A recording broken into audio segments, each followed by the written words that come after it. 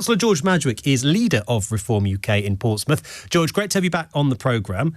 Are young people on the minimum wage earning too much? Yes. Why? I think, do you know what, when I heard this today, I was actually kind of relieved, because it's something that I've felt for about a year, and I've never discussed it with HQ in any capacity. But I've worked in massive business sectors where, to be honest with you, in holiday park sectors, where a ginormous portion of the employees pre-COVID were young people, were 16, 17, 18, 19, 20-year-olds, people leaving university during the summer and coming back. What's happened in those industries because of the minimum wage increase for these young people is those jobs have become desolate, because employers, big national employers, are now looking at the pros and cons. And let's make no mistake that someone that's 40 years old with 25 years of hospitality experience is definitely more preferable to someone that's 18 years old with only a year of hospitality experience. And it's actually hurt the young people more than it's helped them. I personally, if you're asking me, wouldn't lower the wage when we take over government, but I do think that the minimum wage should probably be frozen for that age for a number of years. George, why would you freeze the minimum wage for one age group and not another? Why should young people be paid less for the exact same job that somebody a bit older than them is being paid more to do? Because they haven't got the experience to do so. When I was 16 years old, my first job was working in a fruit and veg store for £3 in my pocket every hour, and it was great. I really enjoyed it. But you learn when you're young, Ben. I'm sure you've been in the same position. Maybe you're an apprentice at a local radio firm. You start at the bottom and you work your way up, right? But I'm talking about the same jobs here. If you are a waiter in a restaurant, for example, and you both got the same level of experience, you've got somebody who's 35 and somebody who's 18, you think they should be paid different wages simply because of that age gap? Absolutely. There's That's so many. That's outrageous, George. It's not outrageous. That's discrimination. It's not. I own restaurants. I literally, that is my job. I own restaurants. I own businesses in hospitality. And I'm telling you now that I've employed a lot of young people, a lot of really good young people too.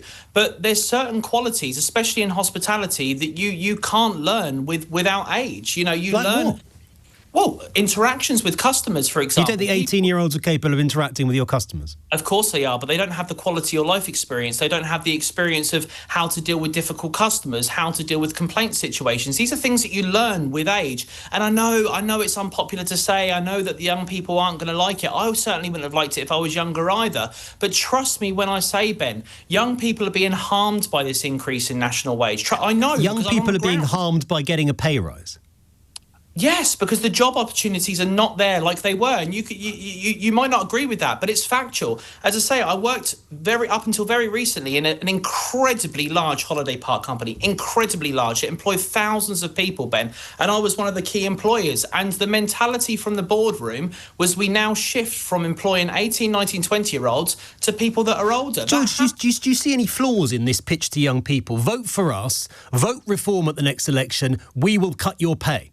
Absolutely. Of course it's going to be unpopular, but it's reasonable. And I think that politicians need to start being honest with the general population, with the residents of this country. We need to be having these difficult conversations, Ben. It's not working. Now, of course, look, if there is young people, right, you've said this in your preamble, there is young people that are very experienced. And I know a 20-year-old that's on $35,000 a year because she started at 16 and she worked her way up and she's brilliant at the job. And that's incredible. She's paid that at value because she deserves it. She's worked it. She's earned it. That's great. So I'm not saying all young people should be paid pittance, but what I'm saying, when we're talking national minimum wage and you're looking at a simple employer, the benefits to an employer, which obviously employ a mass amount of people, were do you want to hire somebody on £3.50 less an hour or somebody on £3.50 more an hour? And you used to factor that into your cost ratios when you were a business owner. Now those gaps have got so much smaller that it does ruin opportunities for young people. It simply does. And the young people that, George, I'm sure you'll know them as well, they're just about paying the rent. They have no money left at the end of the month. They got student debt, a lot of them. They're just about paying the bills. The idea of having a social life or going out like you and I used to when we were young, not open to them. You are going to turn around and say they're going to have even less money if Reform forms the government. No, it's really hard, isn't it? And I'm hoping that... What would they do? They'll be made homeless. No, they won't be made homeless. If they're just about paying the rent and you freeze or cut their pay, what do you think will happen to them? It depends what you define as a young person. I'm hoping that no 16, 17, 18, 19-year-old would be made homeless by their parents or where they live. But what if they don't live with their parents? What if they don't have parents nearby? What if they don't have parents at all? What if they have to rent? What if they live in a different country? There's a lot of what ifs here, but at the end of the day, Ben, there is a system in place that is fundamentally not working, and I do truly believe in this. And I know it's difficult, but we can raise the tax thresholds. We can do things like that. It's like the junior doctor strikes currently. With them protesting. Why would you cut their pay and then raise the tax threshold? It's just giving with one hand and taking away with the other. It is, but not in all cases. Not in all cases. Nothing is linear. And reforms other policies that are not connected to minimum wage can hopefully help young people. Like what? The housing. Well, hopefully we can reduce the housing crisis. We've got to build more homes. We've got to keep rent affordable. We've got to keep council tax lower where possible. Why can't you do all of that without cutting the wages of young people on minimum wage? It's not just about that, Ben, though. It's not just about that. It's about giving the young people more opportunities. Trust me, people to earn are less.